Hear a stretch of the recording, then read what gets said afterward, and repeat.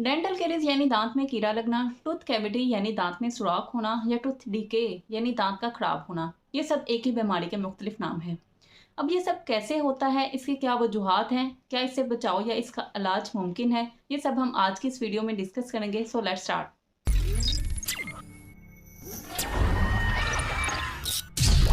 अस्सलाम वालेकुम व्यूअर्स, मेरा नाम डॉक्टर वर्दा अरशद है और मैं एक डेंटल सर्जन हूँ।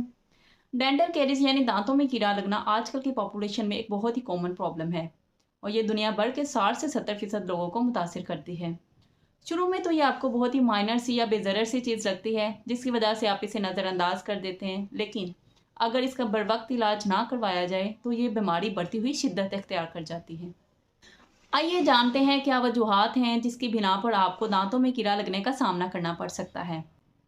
तो सबसे पहली और बुनियादी वजह आपका अपने दांतों की सफाई का ख्याल ना रखना या अच्छे तरीके से ब्रश ना करना है।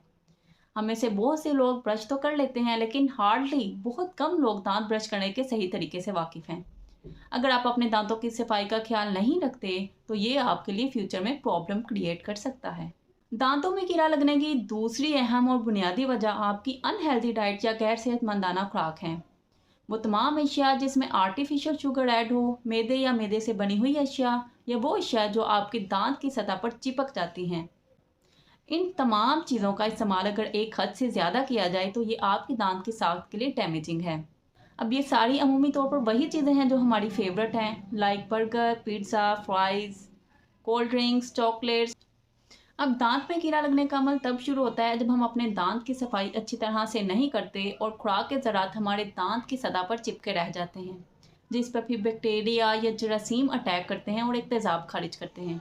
अब ये तेज़ाब हमारे दांत की साख की तोड़ फोड़ करता है और फिर कीड़ा लगने का अमल शुरू होता है, जो आपको शुरू में एक ब्लैक स्पॉट या काले निशान की सूरत में नज़र आता है, जो फिर बढ़ता हुआ दांत में सुराख की शक्ल इख्तियार कर लेता है, जिसे हम कहते हैं टूथ कैविटी। और इस सारे प्रोसीजर को या प्रोसेस को हम कहते हैं टूथ डीके, जिसमें दांत खराब होता है।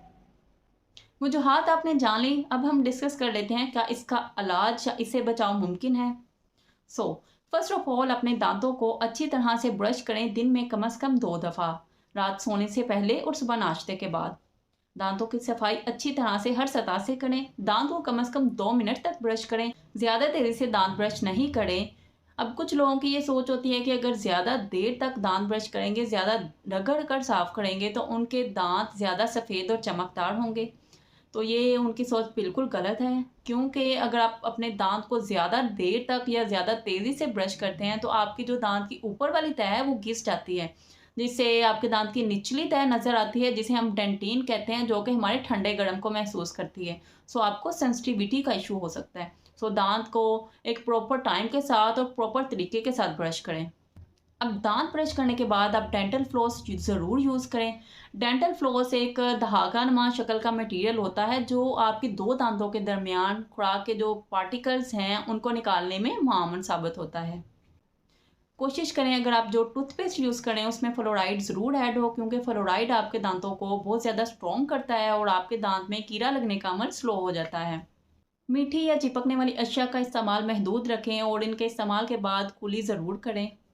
हर 6 मंथ के बाद अपने डेंटिस्ट को दांतों का चेकअप ज़रूर करवाएं, ताकि अगर कोई प्रॉब्लम है तो उसका इलाज टाइमली हो सके। अगर आपको फ़ील हो कि आपके दांत में कीड़ा है या आपके दांत में सुराख हो चुका है तो फ़ौरन डेंटिस्ट के पास जाएं और उससे फिलिंग करवाएं, ताकि आगे ये मज़ीद ना बढ़े या आरसीटी की ज़रूरत ना हो। इससे आपका कॉस्ट और टाइम दोनों सेव होंगे। So this was all about dental caries. Hope so this video will be informative for you. Stay tuned with me for my more upcoming videos. Stay safe, stay healthy. Allah Hafiz.